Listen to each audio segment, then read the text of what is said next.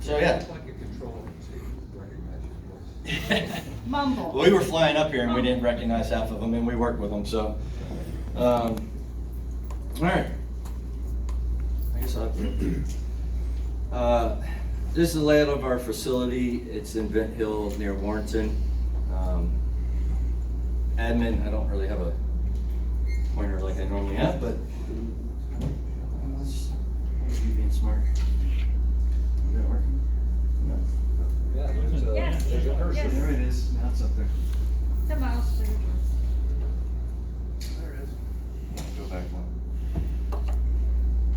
Anyways, the octagon-shaped part of the building is the actual control room where the radar scopes are and where we work. The equipment room, Tech Ops is responsible for. It's we've got 4 or 5 diesel generators, a big battery packer room, so if we lose power, we wouldn't even know it. There's a strobe that goes off in the ceiling. That's the only reason we know we have lost power.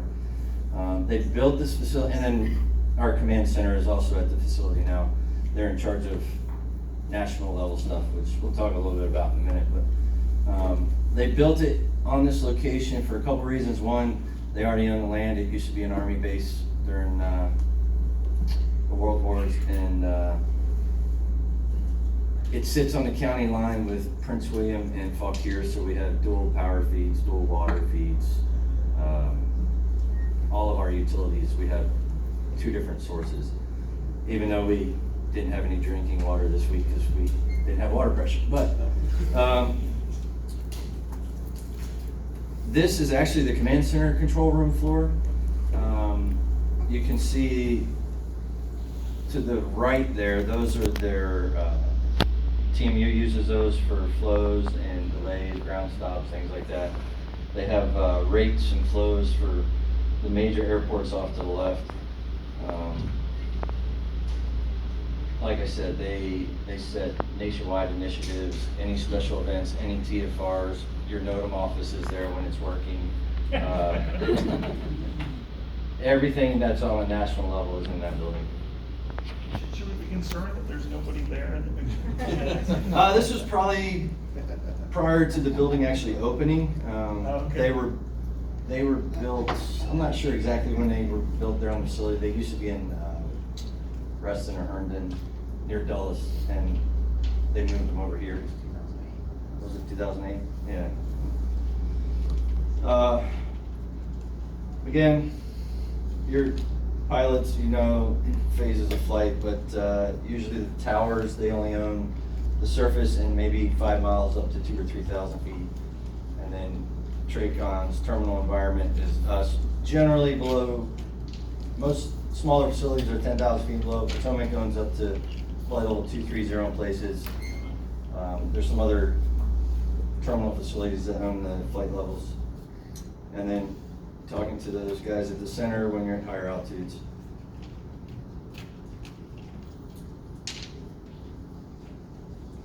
I'm not sure why this looks like a duplicate one for me, but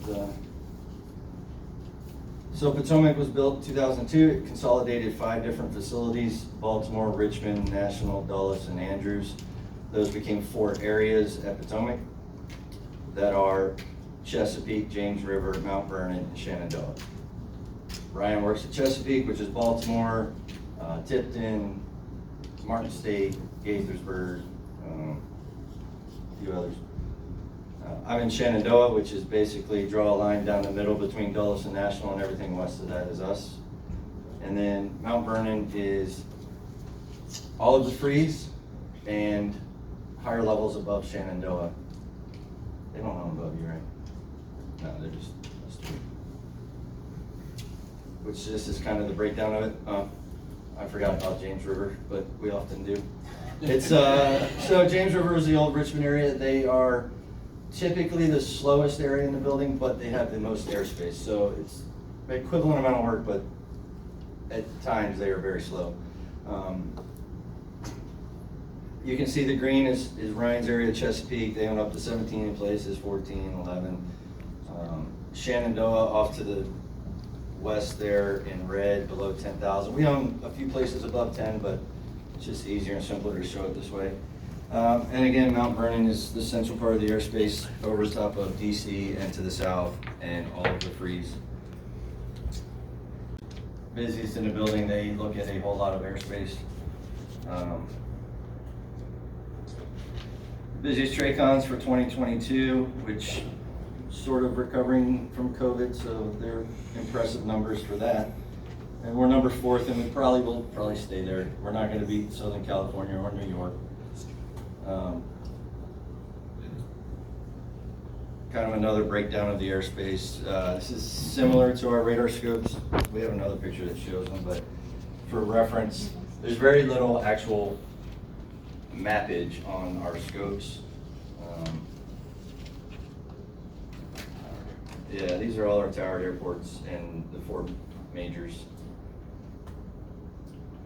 Departure flows. So we'll keep you low, we'll take you out wide, all the things that delay pilots and they don't like, but it's for a reason. The structure for the larger airports, these departure flows here, if you look at Dulles, the blue there, they're low level below the other departures and arrivals, so that keeps you guys even lower than our departures if you're coming in tight to Dulles. Again, with Baltimore, same thing, he can talk more about that, but and then you can kind of see down to the south and to the west, they all feed together. So they're the same arrivals at a certain point, and Mount Vernon typically, Chesapeake will hand off their departures, we hand off our departures to them, and they blend the two together and send them out to the center.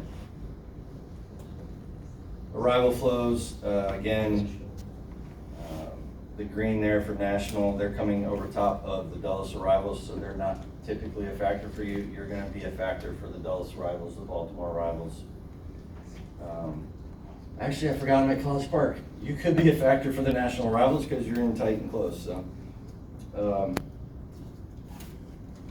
And I assume this all changes when the wind changes. Right? Oh yeah, this is a north representation for, it looks like everyone. And Baltimore looks like they're landing northwest, so. This is a north setup. Everything kind of flips for south. And it doesn't look much different, but. So if you go, most of you guys go east for your practice areas, but if you go west and you're west of Frederick, north of Leesburg out there, and Dulles is south, you'll have heavies descending to 4,000 feet near Frederick, and you're out there at 3 doing maneuvers, and next thing you know, you're looking at the Airbus 380. So,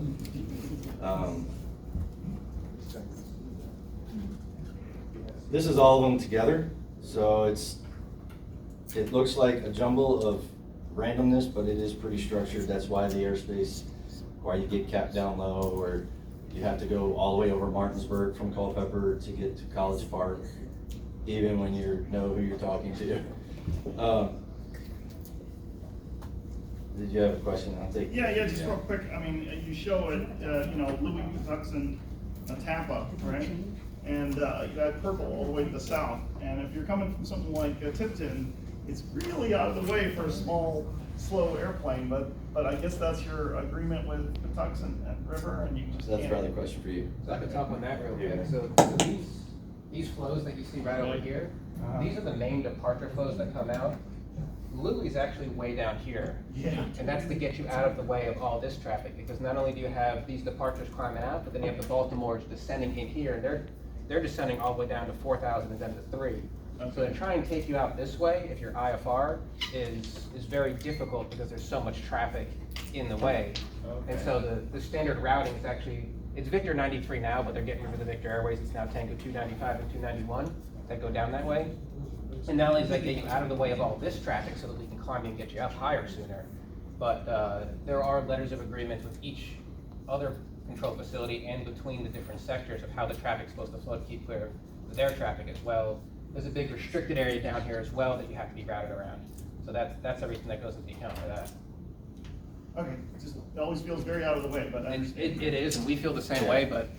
Like I said, we fly too, and coming over here, we had to go through West Virginia to get to, Baltimore. How does but it feel? It sucks, I know. All right, so this is the control room for us. The middle ring there is where our operations manager sits. He's in charge of the entire room. It's kind of a chain of command. It's in the room anyways, the operations manager, and then the area supervisors, and then the controllers. If we have an issue or an emergency or anything that needs to be passed up, we give it to our supervisor, he gives it to the OM. If it affects something other than Potomac or it's a reportable event, he calls the command center, reports it. Tech Ops is here in the front on that, kind of looking at the back of their consoles. They monitor all of our equipment, temperatures, if they're getting, they monitor some of the ILSs in the area, if they're getting faults, equipment failures. The outer ring there along the walls are the radar scopes. This perspective, you're kind of looking from our main doors as you enter the control room, and off to the left, all the way to that open doorway is Mount Vernon. From that doorway to the back of the room is Chesapeake.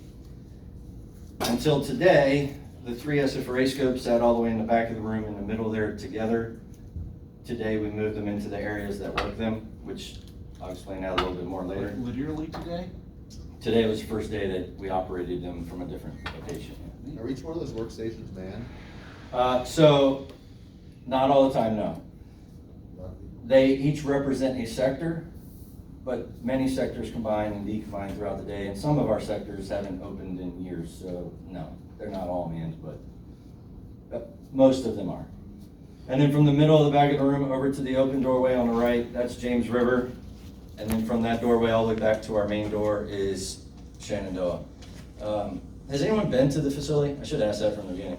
Yeah, you got more lights on than I remember. Say what? You got more lights on than I remember. You know, this picture, again, was taken prior to moving into the building. You can look at some of the old computer screens there that you know, they're 27 years old. Have they cleaned the carpets? Probably not. Do you give tours and do you like donuts or cookies? Yeah, we're not picky, so. Our traffic management unit is back, the middle ring to the left, like near Chesapeake over there. They're the ones that do your ground delays, your miles on trail. If there's weather moving through, they'll work on reroutes and things like that. Oh, let me go back one more time. Back there in the back near the SFRA scopes, or where they were, there's a position called the DEN, Domestic Event Network. It was created after 9/11. On 9/11, you may have seen some of the documentaries where they had a conference call going from around the country. That phone call never hung up. It's been going ever since. We say it never hung up. Of course, they changed lines and changed phones, but it has been continuously operating since. It stays on all the time. If we have an emergency or an issue, there's a supervisor staffing that position. He'll unkey or unmute the phone call, make an announcement. Everyone on that phone call, whether they're in Seattle, Alaska, the command center, every facility at a certain level will hear it. And it's just so you don't have that problem from before where Cleveland knew about a problem and Boston knew about the problem, but nobody told Washington Center or Potomac or anyone else, and they were trying to get information back and forth, and finally someone in New York said, just land all the planes. And so that phone call started then. Picture of our equipment. The center screen in the middle of the large one is our radar scope. This is actually a picture from our training lab, so it's a little bit different. That key pack to the left in the middle isn't actually there on the floor. Radios are just above that. You want to point to them? Yeah, Be like Dan and White. yeah. So our radio control system is there. We can, that's where our landlines are to talk to other controllers, where we select or deselect the frequencies we're using. Above that is our ACE-IDS, or information display system. It's customizable for each area. His IDS looks different than mine in Shenandoah, but it has all the general same information. And we will share information if it's stuff that both areas need. It has all the ATIS codes for the airports. It has any NOTAMs or PIREPs that are affecting your airspace. We can pull up all the approach plates for our airports. We can pull up aircraft information, which is highly inaccurate, but we can pull it up anyways. And we can pull up menus from the local restaurants. So lots of good information in there. Also highly inaccurate. But kept up to date better than the aircraft's information. So can you customize it for your own preference? You cannot do it, not the IDS. The radar scope, we have presets, so, you know, where I can change my brightness levels or what maps I'm looking at or range. The IDS is negotiated, what's gonna be on it, what format, how it's gonna be, and it takes them 6 months to decide and then another 6 months, no, I'm just, it's not quite that bad, but it does have to be negotiated and agreed upon, what's displayed there. So would other TRACONs have the same setup if you got transported to? So we have our main system there, the radar scope is called STARS, but before that was ARTS. So there's different variations of those two systems for terminal. The center has ERAM, which is completely different. I was actually on the team that implemented it for Washington Center, and it has a lot more functionality than what we have, but they do a different job. So every input they put in will actually, if they give you an altitude on their system, it changes your flight plan in the system. If we do it on ours, it doesn't do anything except change it on our scope. We have to turn around to flight data and say, hey, can you amend this guy to 10,000 feet or whatever. And there's there's a lot of other differences, but most of the large TRACONs have STARS now in its current format. So if you had to fill in at Reading or something like that, you would be. Oh, there's no filling in. So I work in Shenandoah, and that's the only area at Potomac I work. He works in Chesapeake, that's the only area he works. If I want to, I can transfer to his area, but then I have to train all over again. I have to get certified on each sector, each position, same thing with the other facilities. There are contingency plans where if, for whatever reason, we lose the ability to control traffic at Potomac, our contingency plan is to go to Washington Center. They have spare scopes we would use. It would be a nightmare because we wouldn't know how to use their equipment. They'd have to have a controller sitting there manipulating the equipment, and then us controlling planes. It's happened reverse, and during COVID, Washington Center went ATC 0. We were supposed to take certain parts of their airspace, and it just wasn't coordinated well, and it didn't happen. So they went ATC 0, and they vectored everybody around Washington Center's airspace. Does that system use ADS-B and radar data? Yes, I think I have ADS-B. I will show you that in the next slide. These are our data tags. This is what the aircraft look like on our radar scope. This is one airplane, United 1618. The bottom line timeshares. Was it half a second? It's 1 second. So second, the first picture there on the left, the 231 and 37, that's his altitude and his speed. It'll be there for a second. Then it'll flash for a second to the second one that says JDB, which is the JDub departure. And he's a Boeing 737-900 series. And then it'll flash again. That bottom line there, the C60 is the sector that has the handoff. That's Washington Center, sector 60, Montebello to the south. And he's requesting flight level 320. Inside the actual circle where the airplane is a letter, and that's telling us to who has track control. So that's a C, it means the center has it. The sector just north of here is Woolly, it would be a W. It's typically whatever the first letter of the sector name is going to show. And on that position symbol, as we're asking with the ADS-B and the radar data, so the actual position symbol itself represents the return from the secondary radar, your transponder or ADS-B, and the blue circle is actually the primary return that comes off of the primary radars. So the two can join in a single spot and fuse this together. I have a question. And then, Do those replace the paper strips? no, No, we still have these those. strips. I'm not sure if that's in this presentation, but we'll. So what would a primary only look like? So this is similar. If you're out flying around VFR, having fun, not talking to us, you're gonna be this top left one, the 22, he's at 2,200 feet. It shows the target as VFR. That's, it's a square inside that blue circle. It lets us know he's squawking VFR. If it's not, it's a triangle, if he's not correlated. We have a button we can press, and it'll pull up the ADS-B information for that aircraft, and that's what that second one is. It's showing us is ADSB information, which some people don't put their tail number, they put some ADSB identification number, which is completely and totally not helpful for us.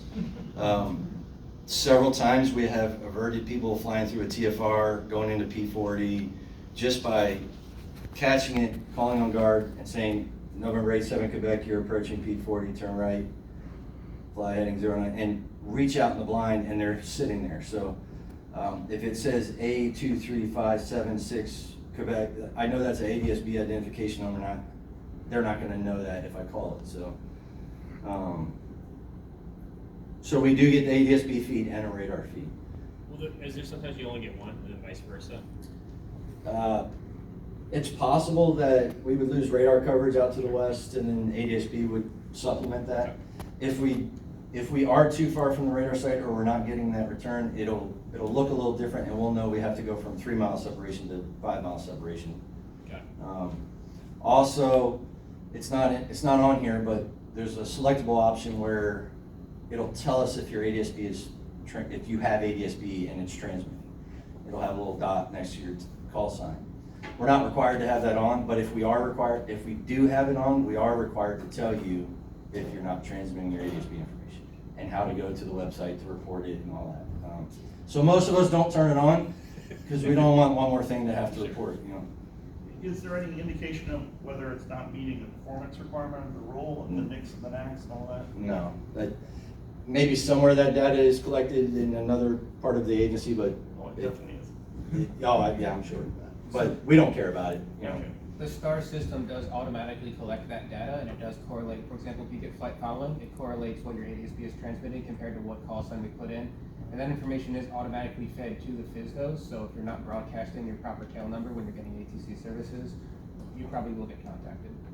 So I should mention too that Ryan was IT before controller, and still very smart on our system, so he knows more about that than I do.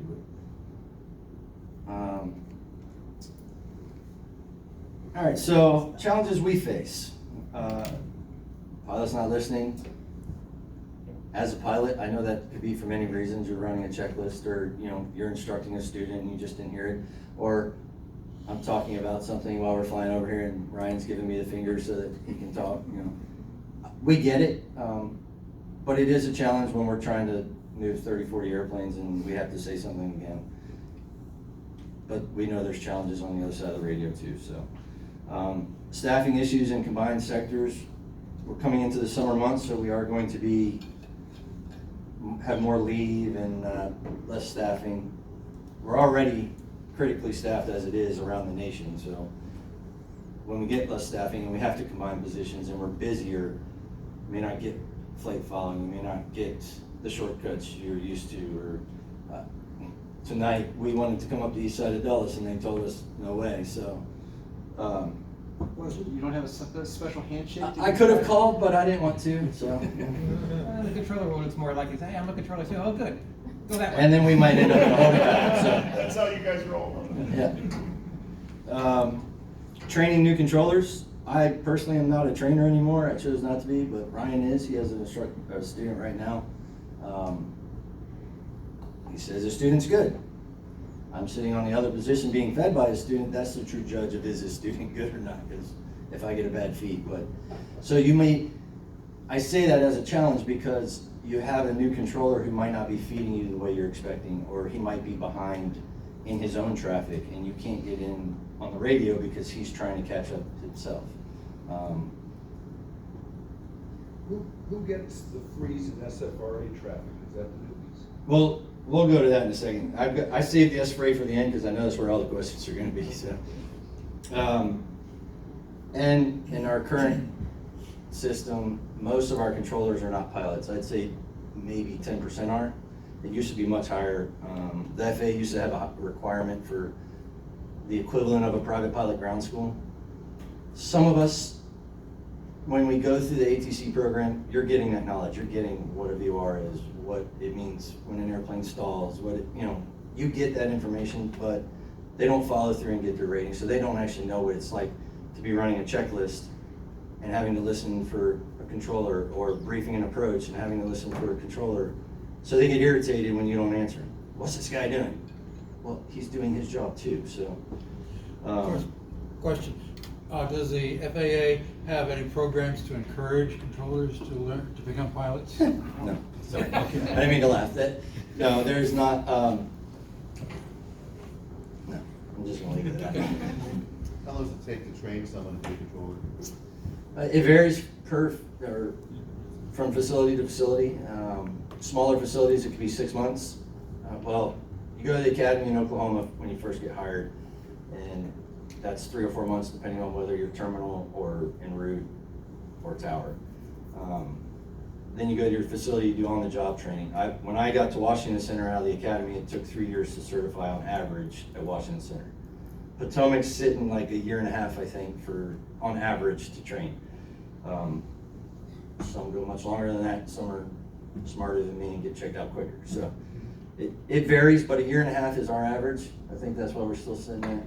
Yeah. Some of the towers are 4, 5, 6 months and you're done. So How long does a controller sit on a positive without a break? we'll go with that too.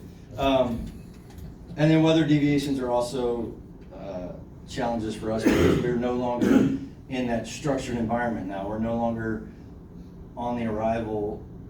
The pilot has vectored off. Our airspace sectors are very narrow in the terminal environment. So now we're almost immediately in someone else's airspace, and he may have traffic there too because that's the clear spot. That's where the weather's not. That's where everybody wants to go. So we use a lot of altitude separation when we're doing deviations like that, and then you only have so many altitudes. So that can get you can be much busier with weather with 3 or 4 airplanes than you are working 30 or 40 on a nice day doing what they're supposed to be doing. So this is what our weather radar looks like. Ours updates about every minute and a half, I think. The center's updates every 6 minutes. So theirs looks a little different and it's much farther behind. Obviously, the level of intensities, you can see the lighter blue. Ryan, if you want to point it, so This would be like There light you go. precipitation, and our radar only shows precipitation, doesn't show us clouds or any other weather, it's only what's actually coming out of them. So this would be light, then you go to moderate is this. When you start getting the thicker speckles, that's moderate to heavy, and then the orange would be heavy precipitation. The orange with the speckles is heavy to extreme, and then if you got the thick with the orange, that would be extreme precipitation. And again, it doesn't show us turbulence, it doesn't show us clouds, all it shows us is just precipitation, is the only thing we can see. I have a question. Do the requirements differ for controllers coming out of the military? no, not the training requirements. They have different hiring process. They have some priorities on hiring, but once they're hired, they go to the academy, they go through the same training, so, go ahead. When the pilot's busy doing things and ATC, you talk to us, but we're busy, would you rather hear silence while we get our stuff together or a call back saying stand by? So, I'll give you my opinion, and just like pilots, controllers all have their own opinions. I'm good either way. Telling me November 123 or Potomac number 123, I stand by and, that lets me know you heard me, so I'm not going to continually try to call you. Sometimes you've heard me, you just don't have time to respond. If it's a turn or altitude change, you could start that turn or altitude change, and I'm going to see that, and I'm going to know you heard me, and I'm going to know it's a radio issue. I'm not going to know what the radio issue is, but I'm going to know you heard me because you're doing it, and then you can come back and, But, I don't know. What's your opinion, Ryan? Yeah, I'd rather hear stand by. Yeah. Because if you don't say stand by, I assume that you're just not paying attention. And just like a pilot who's trying to call ATC who doesn't respond right away, you're going to keep calling until you get a response. Whereas if you say stand by, at least I know you heard me and you're working on something, and I'll come back to you if you don't get back to me. And that's a good point too. If you've said stand by, well, now you're not tying my time up. I can move on to the next guy and keep working and then come back to you. I find my girlfriend hates standby. Well, my wife doesn't like it either. And I do, from time to time, say that to her and my kids. Now stand by. Dad. I think this is Dulles. It's Andrews. Andrews. I think the point of this slide is to show you their deep right system, which is the screen hanging there on the top. They get the feed from us for that. Some towers are allowed to use that for controlling, most are not. It's just a reference system for them. However, it's a very big tool for situational awareness for them. You go to Frederick, they have nothing like that in their cab. They are VFR tower, they're looking out the window. If they don't see you, they don't know where you're at. Most sophisticated thing Frederick Tower has is a pair of binoculars. Yes. But Easton seems to have something like this. They do have a certified radar display, yes. What is the gray blob on that display? That's weather. It's just, You mean this stuff up here? Yeah. Is Yeah, that's the same weather you were just looking at. Again, it doesn't show us clouds, it's precipitation. Okay, does it show, bases? no. Nope, precip, that's all we see. Okay, so. That precip could be at, Infinity. it could It be could vertical be- at 10,000 feet, or it could be hitting the ground. We have no idea unless it's reported by the pilot, so. So why would Frederick just have 4 flights? Helpful hints, when you're flying through any airspace, really. Don't fly 2 inches from airspace, whether that's the Bravo, restricted area. We all like to cut it tight because we're trying to save time or trying to, whatever, be efficient. But the closer you are to that airspace, the more people are watching you, and not just controllers, especially in this airspace. There are 3-letter agencies around at the NRCC that will be watching you, and it's just undue attention. So not only that, but the Bravo, like I was talking about earlier, if you're flying right up underneath the Bravo shelf, I'll use Dulles because that's what I know the best. Dulles is landing south, and you're going from Leesburg to Gaithersburg, or you're cutting through that 1,500-foot shelf just north of Dulles at 1,400 feet. Well, they're descending to 2,000 feet there, landing 19 left and center, and they're heavy, or they're a super, and you're only 600 feet below them. It's not going to be a fun ride. It also will probably give them a TCAS event, and they'll go around, and now they have to fly another 30 miles to come back around and spend all that fuel. And what I do, and what I tell my friends to do, because I fly out of Leesburg, is go to the next shelf. Go to that 2,500-foot shelf, but don't go to 2,400 feet because now they're going to 3. Go to 2,000 feet. You've put yourself 600 feet higher in case you have an emergency or problem. You've only gone 4 miles to the north. You haven't really cost yourself any time or fuel, and you're in a safer position. You're now 1,000 feet below those heavies, those supers. So, have I gone under that inner shelf? Yeah, in the 170, I've flown 1,000 feet above the ground, and it's fine. But you have no outs. You know, you have no options if something goes wrong. As for flight following early, especially if you're just on a freeze or an SFRA flight plan, but you know you want flight following, you can ask for it on the ground when you get your code. Hey, we're going to want flight following. Then that flight data controller who's giving you your code can then give you not the SFRA frequency, but the controller's frequency whose airspace you're going to be in, and you can be getting radar services, not security services. Say you are airborne, and then you decide you want it. Let them know as soon as you know, because if you are just on an SFRA flight plan, you are not getting radar services. You are not getting flight following. We are not required to give you traffic calls. We are required to do safety alerts, which is a traffic alert, which is different than a traffic advisory, in that a traffic alert is, in our judgment, these 2 aircraft are on a possible collision course, or they're in unsafe proximity. That's a traffic alert. As a pilot, if I want to know where traffic is, I don't want to know right when I'm about to hit them. I want to know in time to do something. Granted, we all have fish finders in our aircraft now most of the time, but ask for it early because we have to change your flight plan in the system. Also, there are some controllers that as soon as they say squawk VFR for exchange approved have terminated your track, and now you come back and go, hey, can we get flight following? And they have to put in a whole new flight plan for you. Not your problem, it's their problem, but it's helpful. So ask for it early. Monitor 121.5, how many do that? Good. especially in this airspace, but anywhere really, anywhere in the country you're flying, if you go Nordo, if you lose communication, it's the first thing we're gonna do.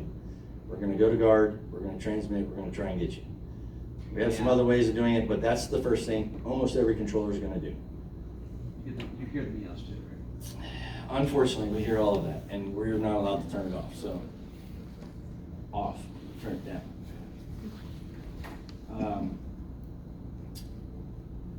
Those other three-letter agencies are also have the ability to transmit on guard, and if you're approaching a presidential TFR or any TFR, they can also reach out to you. How to ask for a shortcut. I don't think anyone likes shortcuts, but I'll tell you. We don't, especially in the terminal, the STARS equipment, we don't have every single destination or fix or waypoint in our system to know what, if you say, can we go direct to Lonesome Pine? Well, I don't know. I don't know what that is. I don't know what heading that is. I don't know what it looks like, and I have no way to find out. So if you have a shortcut in mind, hey, can we get direct to Lonesome Pine? It's a heading of 250, whatever it is. If you give us a heading, then we can look ahead of you and see what that's going to impact, what it's going to affect, what controllers it's going to affect, and make a better decision. Some controllers, if you don't do that, they're just going to say unable, and they're not going to go to the next step of saying, well, what's your heading? What would that heading be? You know, they're not going to do that. They're just going to say no. Don't be afraid to declare emergency. We see this more with some of the actual airlines and corporate because they have a lot of paperwork when they do it, but it's an intimidation thing for some pilots to declare an emergency. They don't know what kind of attention that's going to bring them. It's going to bring some attention, but if you are an emergency, declare it because it frees our hands to do things that we can't normally do. It allows me to send 20 airplanes that are going into Dulles into a hold or spin for you to land at Dulles if you need to. It allows us to do, you become the priority, right? Just right out of the FARs. You are now the priority and we can do anything we need to assist you. We're gonna give you a phone number to call, but that's just so we can finish our paperwork and write down everything. But the priority is getting you safely on the ground or getting your emergency safely handled. But you can't do that unless we ask for it. I cannot break my rules unless, well, that's not true. I can declare an emergency for you. If we do that, we'll tell you, hey, we're declaring an emergency for you, and then we can go about that. And if it's something that's obvious to us that it's emergency, or maybe not so obvious to the pilot, like you're in weather and you sound nervous, or you sound unsure, or you're not an instrument pilot, then it's, a lot of times it's easier for us to declare that emergency because the pilot may not be thinking that. Yes, he's in an emergency situation, but he's doing his own thing, he's working. He's not thinking about saying, I'm an emergency, because he's already talking to controllers. He already thinks he's getting help. But declare it, frees us up to do things, and makes you the special guest. You know, you get everything you want. So is asking to be admitted to the Class B the same as asking for a shortcut? Negative. Class B is specific, so Yeah. if you ask for a shortcut that is going to put you into the Class Bravo, include that in the ask. You know, hey, can we get a Bravo clearance and direct Lonesome Pine, and this is the heading. It lets us know, because we may not know that direct is gonna put you into the Bravo until you say it, or we assess the heading. But it is not the same. If you do not hear cleared into the Class Bravo airspace, you are not cleared into the Class Bravo airspace. So that's why on the SFRA you hear squawk, whatever, remain outside the SFRA. Then you hear proceed on course, remain outside Class Bravo airspace, and you know, it is in our rule book that we have to say remain outside the Class Bravo airspace, even though you're required to stay outside the Class Bravo all the time. So it was put in there when they formed the SFRA, and we were required to say. So if we're given an altitude or heading that's gonna take us into Bravo, I don't know what phraseology to use. I usually say something like, can I hear the magic words, please? Well, I wouldn't do that because some controllers that it might take them a while to get what you're saying, just clear into the Bravo. Okay. And it might trigger them, because not every controller leaves the Bravo up on their scope. They generally know where it is, but they're not looking at it all the time. So if I leave here and I wanna go to the BRV gate, can I do it? Sure. Can I? There's two different Instead of ways. go all the way around, I mean, can I say, please admit me to Are you the asking Class to go B? straight through the middle of the freeze? You can't go, you cannot leave here and go to the Brook Gate. You have to exit the freeze and go around the freeze. Yeah. Is that what you were asking? Yeah, that's what I was. Yeah, no, you can't. You have, your freeze rules are to exit. It's no longer the most direct route anymore, but I need to get that and put this in the, let's go to this. Yeah. It still buys you something. So there's little pods there, so for the freeze. So you look at this little corner for College Park, you have to be in this area here, you have to exit this way. You cannot go that way, you can't go that way, you can't go that way. You have to exit the freeze first and go around. And for VKX, it's a little triangle about here. It's the same thing. There is a diagram like this of those wedges, and I need to put that in my presentation, but you can find it on the FAA's website. You can probably just Google it. It's in the SFRA course as well. Yeah. All right, SFRA. I've already mentioned that the SFRA is a security position. You're receiving security services only. I always reference that Geico commercial where the bank's being robbed and the security guard's laying on the ground and they look at him and go, are you gonna do anything? Oh, I'm just a security monitor. That's all we are. We are not controllers. We do not own airspace. We're not the enforcers of the SFRA either. That's a misconception from some pilots because we are the ones that when you get exceptions, you hear it from us, but we did not give that exception.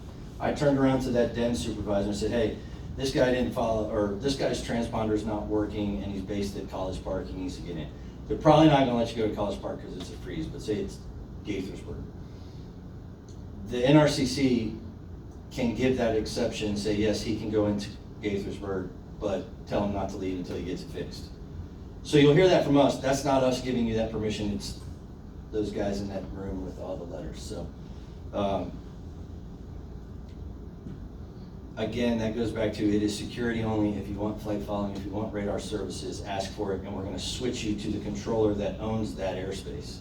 He's going to radar identify you, which we didn't do, right? We just, most people say transponder observed. I don't, but most controllers will say transponder observed. That's not radar contact. We didn't verify your mode C. We don't know if that's transmitting accurately. We have not radar identified you. So they will switch you to the controller that will do that, and now you're receiving radar services. So one of the things I try to teach my students is don't ask for a clearance into the SFRA. It is not a clearance into the SFRA. That is true. Clearance means a very special thing, right? Clearance means you're being provided separation. There's no Yes, so separation. it is, you do not get a clearance into the SFRA. Technically, your requirements as a pilot is to file an SFRA flight plan, be squawking a discrete code, and have two-way radio communication established. And you're free to enter the SFRA. However, again, most controllers will say squawk 1, 2, 3, 4, remain outside the SFRA. Now that becomes a control instruction and you have to listen to it and stay outside the SFRA. So that's when they come back and say, and they only do that to ensure that you squawk the right code and you're not forgotten about, or that everything is going right before you actually enter. Because once you enter, that's when the severity of things change if something's not going right.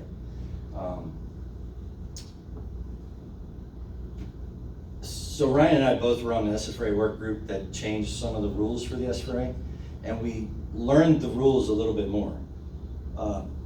We're not actually required to say transponder observed. It's not a phraseology requirement.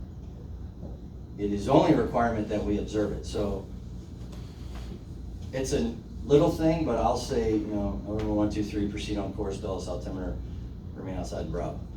I don't say transponder observed, and that confuses some pilots, so maybe I should start saying it, but it's not a requirement. So all you really need to do is meet those 4 requirements, file the flight plan, squawk the code,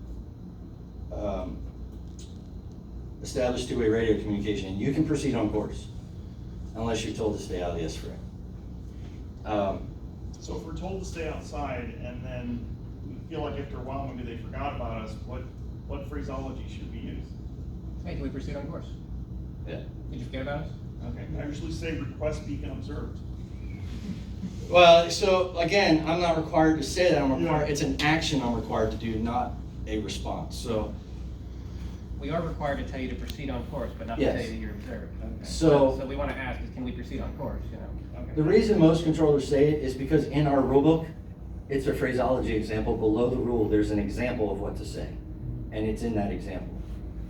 But we have examples all throughout our rule book that are just examples, they're not required phraseology, so.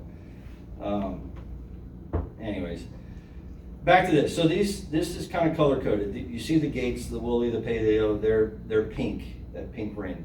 That's SFRA East, that's Chesapeake, that's Ryan's airspace. The Wino Gate, Grubby Gate, SFRA South, that's Mount Vernon. And everything in the freeze is Mount Vernon, SFRA South. And then the Lucky, Jason, Fluky, and Brook Gate is Shenandoah, SFRA West. If you're entering the SFRA and you just left it and they had you on 28.7, so you're trying to come back into the SFRA and you're like, well, I was just on 27, I'm gonna use 27. Don't do that. If you're looking for SFRA services, call the SFRA frequency. If we want you on another frequency, we'll put you on it. It seems like sometimes 3277 isn't always being monitored. 3277 especially has some big radio issues, especially if you're far out. So people will come off of Carroll County Yeah. and try and call us. We can't hear you out there. So you're calling and you're not getting a response because you're too far away. The coverage for the SFRA frequencies are only to be within the SFRA and up to 10 miles outside of it. So I'll be right up on it over Kent Island, And what altitude? 3,000, because I gotta stay underneath that rock. Yeah, we should be able to hear you. We can hear you anywhere within 10 miles. So we're not allowed to just turn our frequencies off. Yeah. If that sector, so the SFRA closes, it goes to a position in the area. Yours goes to what? Data. Or, oh yeah, yours goes to data, you're different. But it's still being monitored. So that may be why it seems like it's unmonitored. It goes to the flight data position, not an actual controller at a scope. And they may be over at a scope, giving a flight strip or getting a release or whatever, and he's not over by the flight data position to hear you call. May even be on the phone talking to another They could be pilot. giving a clearance off, you know. It's happened a few times. Yeah. I usually kick over to 19.7, which I probably should. We don't, well, 19.7 is basically never an inbound frequency. Yeah. It's, But I can get even to if you it. go out on 19.7, 2455 will be the inbound if the SFRA frequency is not open. So that's for SFRA East, that's for Chesapeake, that's how their area elects to work the SFRA when the SFRA position itself is closed. The other two areas, that's not how we do it. When our SFRA closes, it goes to our Barron sector, which is the sector near Manassas, it's 2852. But he's required to have the SFRA frequency up and listening to it. However, if you're going into Lucky Gate and you're calling that SFRA frequency, that's not his airspace. So he'll give you your code probably, he'll tell you to proceed on course, and then he'll switch you to 26.1 or 25.05, because that's the controller whose airspace you're in. Or he may just give you that frequency. If he's busy, he's probably just gonna give you the frequency and let them do all that. But if you're looking for SFRA services, always call the SFRA frequency. We'll get you where you need to be. An important note on that, when you call the SFRA frequency, please say what gate you are at, because the different gates, especially when that frequency is not being used, are different frequencies. So if you don't tell us what gate you're at, we have to ask you. And even when the SFRA frequency is open, all your flight plans are sorted in what we call tablets. They're listed by the gate. So if you tell us what gate you're at, we can get you the code a lot faster or the proper frequency a lot faster too. So what he's referring to about our tablets, when you file your flight plan, you file the Woolly Gate coming here to College Park. That information is going to be put on Woolly's scope, the sector Woolly, if the SFRA is closed. But you're kind of coming in from Martinsburg and you're going to click that Lucky Gate and you call the SFRA frequency for the Lucky Gate. That's not on my scope. I don't have that information. It's on his. But if you tell me you filed the Woolly Gate, oh, okay, there's a computer entry I can do and it'll pull it up and it'll tell me what it is.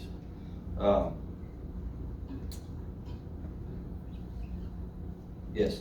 So I think I'm starting to understand why, coming from College Park to Lucky Gate, right around Gaithersburg, I get about 3 frequency changes. Yes. It is right at, it's between 2 of his sectors and 1 of my sectors, so. And that's exactly when the traffic is, Leesburg traffic. Yeah, Gaithersburg and Leesburg. So you're gonna have the S-ray frequency. You're gonna get if the S-ray is closed, you're gonna get 3 frequencies, 28.7 or 25.52, but one of those frequencies.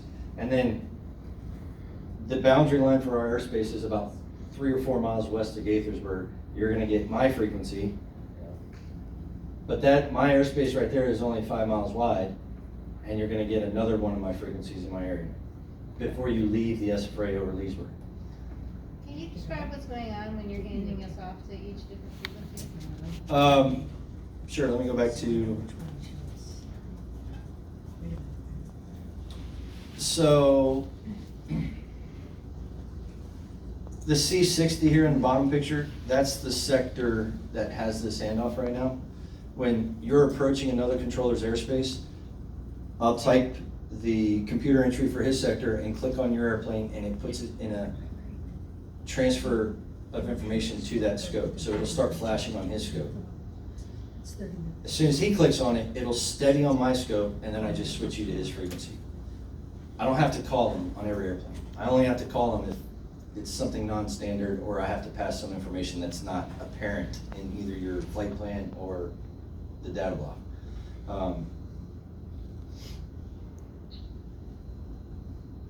So I think you asked me a question on Facebook one night about your pattern work at Tipton and how sometimes you get the one frequency all the way in, sometimes you get switched, and sometimes. So there's another function called a point out where I can do a different computer entry, click on it, and it flashes a different color on his scope, which is a point out, meaning, hey, I'm gonna enter your airspace with this guy or gal, but I'm not gonna switch it to you, you're not gonna talk to me. If he clicks on it and steadies it, then he's giving me It's one way to going do to it. his airspace. With other people, I typically will do a point out because as a pilot, I don't want 3 frequency changes in 5 miles. So I'll do a point out. So that's why if you tell the guy departing College Park that you're gonna go to Tipton for pattern work and he hands you off 212.77, that information doesn't get passed on to the next. He may just be doing a computer entry and not calling and saying, hey, they're gonna do pattern work and then they're coming back out and going back to College Park, which probably happens in the majority. So what we're doing, we'll talk about specifically the pattern work coming in and out of the freeze, because there's some very specific rules for that, which is when it's done differently. And I think that's why a lot of. And that's why I brought Ryan, because I don't have that scenario in my airspace, he does.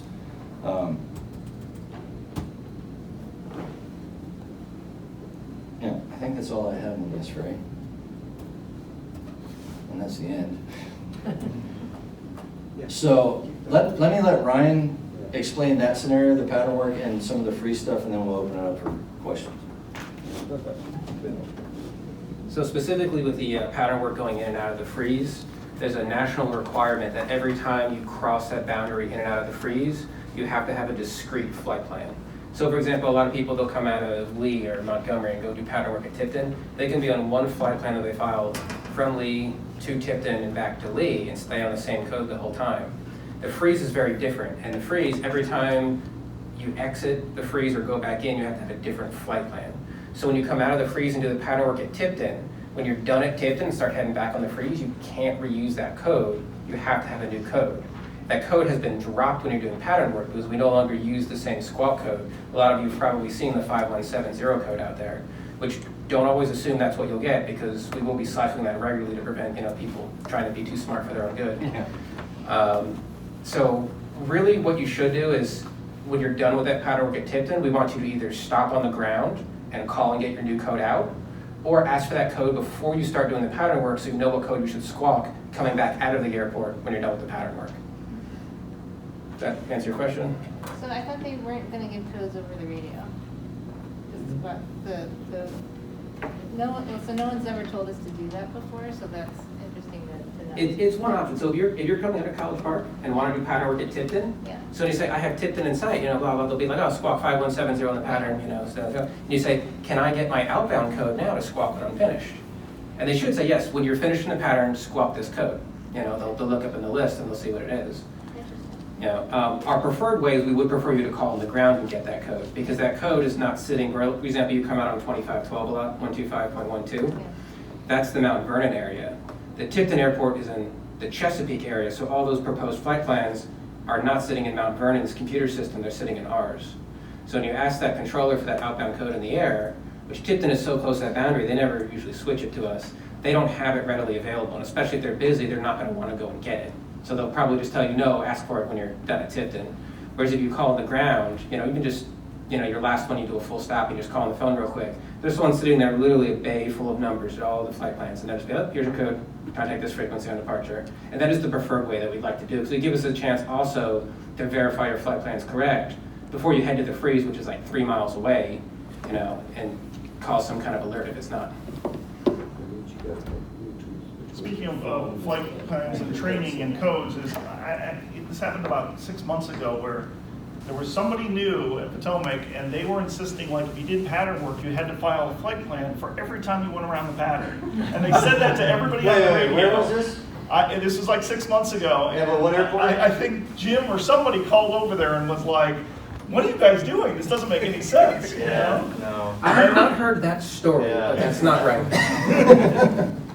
So I think it was, you know, it's just, I think that's a training thing for when you have new people, because it was clearly somebody new, you know? Yeah, and the place that everyone who comes in and trains first is on that flight data position, so they may have been unfamiliar, but the only time you need a new flight plan is if you make a full stop landing. Right. So, Well, okay, so what they were saying is that my student wants to do a full stop, can I keep the code and taxi back? And they go, no, every time you do a full stop, you have to file another flight the plan. full stop, there's a caveat there. If the full stop is more than 5 minutes, so for example, if you're going to stop and get fuel, you need a new code. If you're just doing full stop taxi backs, you can keep using the same code for pattern work. Yeah. Yeah, that's the way it's always been, but Yeah. this person didn't seem to know that, but okay. Well, yeah, I think you had a question over there earlier? Oh, Jim, I think you had a question. Yeah, it's an earlier question. Do you still use the term full performance level for somebody who's fully qualified? that or CPC, Certified Professional Controller. Right now, They're both the same. Is a CPC or a FPL, are they qualified in all 5 areas? Negative. You're assigned to one area, So one area, you're fully qualified. and you work that area. You work all the sectors in that area, and that's when you are certified on every position in the area, that's when you're CPC But or you're not FPL. qualified in another area. No. So And the think follow-up of, question is, how many of your controllers are CPC? What percentage CPC or FPL?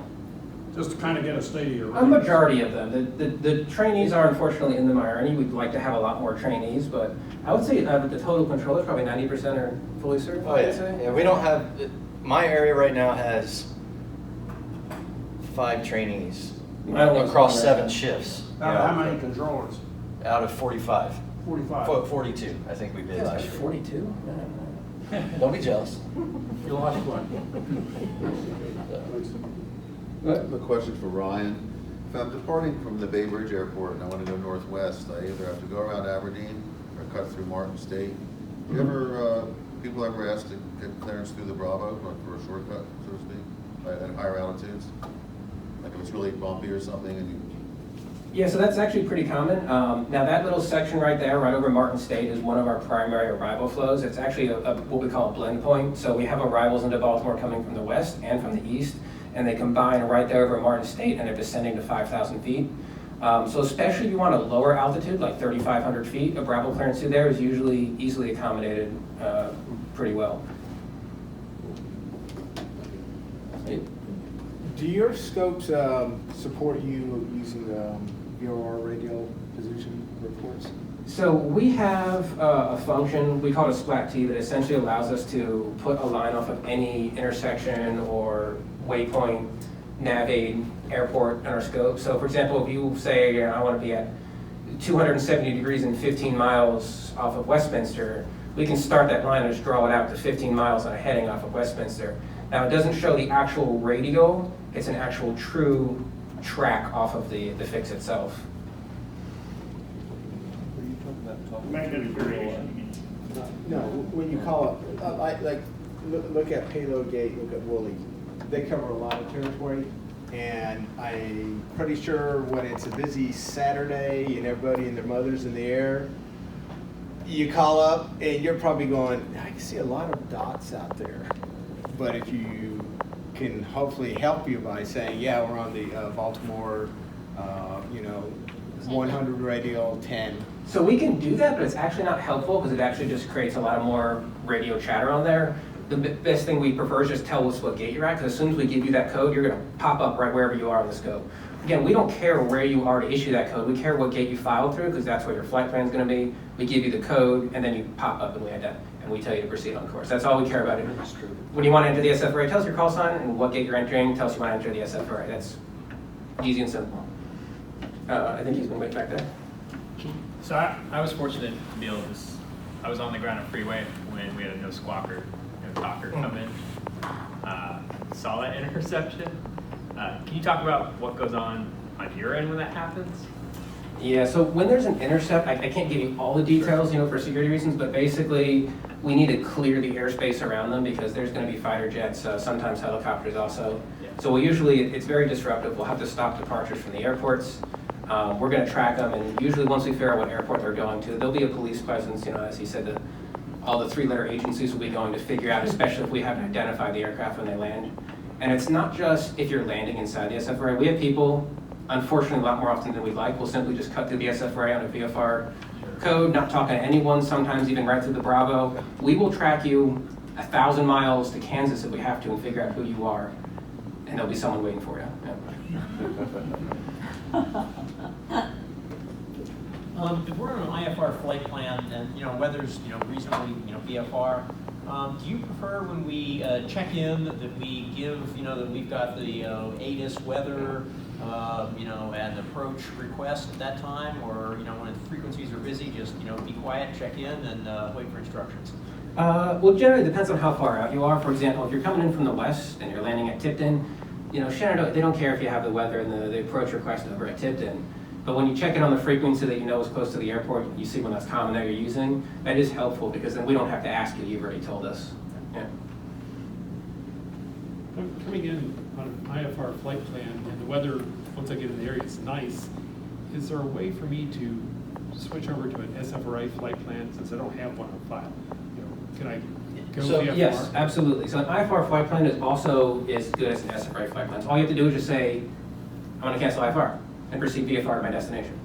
Okay, so that will prevent me from entering the SFRA if I say that? Absolutely not. But the issue is if you're IFR and you cancel at Johnstown or Harrisonburg outside of Potomac's airspace, they're going to show you VFR, and then you come into Potomac. We don't know you were IFR.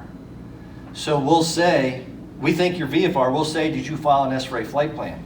Well, in your mind, you're like, oh no, I filed an IFR flight plan. You say, I was on an IFR flight plan and I canceled. And we'll know that meets the requirements. So the key to the SFRA is the flight plan, and this is why.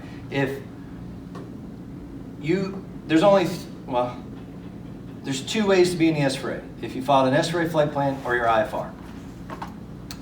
Because those flight plans don't just go to Potomac. They go to the NCRCC, who is responsible for the SFRA with all those agencies. So if you were IFR, they have your information. If you filed SFRA, they have your information. If you just did VFR pop-up, they have no idea who you are. And they're going to be calling us and going, hey, who is that guy? And then you may be getting a private air show. So Leesburg, I get a lot of questions at Leesburg because of their shelf. They have three ways in. They have the same two as every other airport in the SFRA and 1226. They get confused a lot because 90% of the pilots out of Leesburg do not file. They'll get flight following when they're out of the SFRA, or they'll whatever. They don't mess around with the SFRA, and they forget the rules because they don't do it. So they'll call for a VFR, a practice approach into Leesburg. Did you file an SFRA flight plan? No. Unable approach. Remain outside the SFRA. Follow Leesburg maneuvering procedures. That's just recently that we've brought that to the attention of some of our controllers. During our SFRA work group, we realized that that was a problem. Some controllers were doing it and not thinking about the SFRA stuff. They were giving you your practice approach because why not? He wants a practice approach. You still have to follow the SFRA procedures to do that. There's no pop-up IFR into the SFRA. If you did not follow a flight plan, you cannot get a pop-up IFR to any SFRA airport. Now you can file a flight plan in the air with flight service if you're landing in the SFRA, as long as you're not landing in the freeze. If you're landing in the freeze, you have to file on the ground. I think you had a question? Yeah, just a quick one. The opposite end, you know, if I'm down low, out over the bay, and radio connection sketchy, say I'm landing in Kentmore, so I'm getting low at the edge of the SFRA. I can't hear them anymore, can't hear you guys anymore. What should I do? Should I just punch that VFR button once I'm outside the boundary and you guys will know it? I know that, or what? If you try to get us and you can't, and you're outside the SFRA and you don't want further services, squawking 1200 is one way of telling us that, yeah. We know that you know you're outside of it, we'll see the 1200, we're just gonna drop your tag and send you on your way, we're good, you know. Whereas, if we try to reach you and you're still squawking your code and you're not responding, at that point we assume either you can't hear us or you've had some kind of radio failure. So yeah, as long as you're outside of the SFRA, squawking 1200 is acceptable, but only if you try first to reach us and cancel first and can't get a response. It goes back to, we're not enforcement, we're monitors. You've complied with all of your requirements and you're outside this fray, it doesn't matter anymore that you're talking to us. But I want to hurt your feelings. You won't hurt our feelings, I promise. And that brings up another topic. Some of our controllers are a little jumpy. You know, you might still be a quarter mile inside that S4A and they say squawk VFR for exchange brute. If you're in doubt, just keep that code until you know you're outside this array and then squawk VFR. No controller's gonna care. On that note a little bit too, he brought up earlier, don't fly 2 inches from the airspace. We have had several incidents where people are navigating by ForeFlight, and iPad and ForeFlight is not quite as accurate as our radar, so we have had several incidents where we've had to unfortunately deviate pilots for violating airspace they thought they were outside of, because you know the accuracy on ForeFlight can be as bad as a mile or two, whereas our radar is accurate to, you know, a pin in the air. So if we see you're inside, like telling us, oh, I see that I'm outside, well, good for you, our multi-million-dollar radar says you're inside of it, so that's you're inside of it, you know. So always give yourself a little bit of a buffer too. We have some pilots that will, just like you said, you know, the opposite. They'll be a quarter mile or a half mile still inside. I'm outside the SFRA, can I squawk VFR? No, you're not outside yet, you know. If you don't hear something 2-3 miles outside the SFRA, you know, give us a call. I just, you know, I haven't been told to switch, and here I am, I'm taking your squawk code, I'm taking it off to Ocean City with me, you know. And at some point I could just hit that VFR button. If you're just looking for security services, you haven't requested flight following, the second you cross that boundary outside of the SFRA, you no longer fall into security services, you're not flight following, we don't need to talk to you, you don't have to squawk that code. You don't even have, technically by the rules, you don't have to say goodbye, although we prefer to tell you, squawk 1200, you know. It happens quite often actually, that people get out, you know, they're doing a flight instruction and the instructor starts teaching and they're just not there anymore. And that's fine. It doesn't matter. And someone else previously brought up radio coverage a little bit, and with the SFRA positions here, west and south, their transceivers are both located at the National Airport, right in the middle of the freeze, so it's got real good coverage. For the SFRA east, ours is actually located at Baltimore. So that presents a lot of challenges on the extreme ends of our coverage area, especially down to the south near the Deal area, Kent Islands and stuff like that. And out to the west by Montgomery and stuff, we can't hear you below 2,000, 2,500 feet at all. And it gets really out of that way. So especially if you can't hear us, climbing is your best friend. We are working on trying to move that transceiver to national like everyone else, but it requires physically moving equipment and everything else and, you know, government red tape and whatnot. So that is something we're working on in the future, but just keep that in mind at the extreme ends of those gates, that we may not be able to hear you at those low altitudes, especially if you're calling inbound off of Frederick. I think someone here was from Frederick. You call off of Frederick and you're trying to get to the Woolly Gate and you're at 2,000 feet, you're not getting a response because we can't hear you. You know, get up to 3,000 feet or farther east before we can hear you. When controllers say they're going to try a different radio but stay on the same frequency, what are they actually doing? So we have, for every radio frequency, we have what's called a main and a standby. So the main is the frequency we use all the time. Standby is located in the same spot, and it's the same frequency. It just literally flips over to a different piece of equipment. Some positions have a third backup called a Buick, or backup emergency channel, and that is located physically in a different spot. Okay. So for our 3277, our Buick actually is located at the National Airport. So You could have just turned that on. they're not certified for full-time use. They're only certified for emergency service. So we're actually trying to flip those right now and use National for our primaries and to put the Buick in Baltimore. But the Buick doesn't have a maintenance standby, so we can't just be like, oh, we're going to flip these over. We have to physically install new equipment over there at the airport. So when I fly farther away, like not in this area, I hear that all the time where people want to check their radios. Is there some requirement that they have to do that every so often? Because I No. seem to get that a lot. And especially when you're talking to the center. So the center owns humongous amounts of airspace, and we're both from the center, so we understand that. They may have one frequency, and they may have 12 receivers over a 150-mile area, and they hit a button to talk on the transmitter that's closest to the airplane they would talk to. So you may hear the airplane responding and not the controller, not because you're outside of their airspace, because he's talking to a guy that's 300 miles away from you, and you don't need to hear him. You need him to hear him. So usually, it's not really a thing, but if you need to check your radio and just say, hey, it's radio check. No, Hey. I'm saying I hear them say, I'd like to check my backup radio. Would you mind telling Yes, me we do whether- that every month on the 1st and the 15th. Yes. Okay. I'm sorry, I misunderstood your question.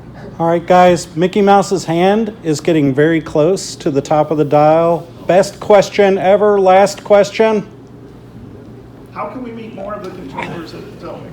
We are actually going to be doing more of these outreaches throughout the airspace. He'll be doing a lot of them out in Shenandoah's airspace. We're going to be going to almost every airport out in Chesapeake's airspace, which is basically the state of Maryland.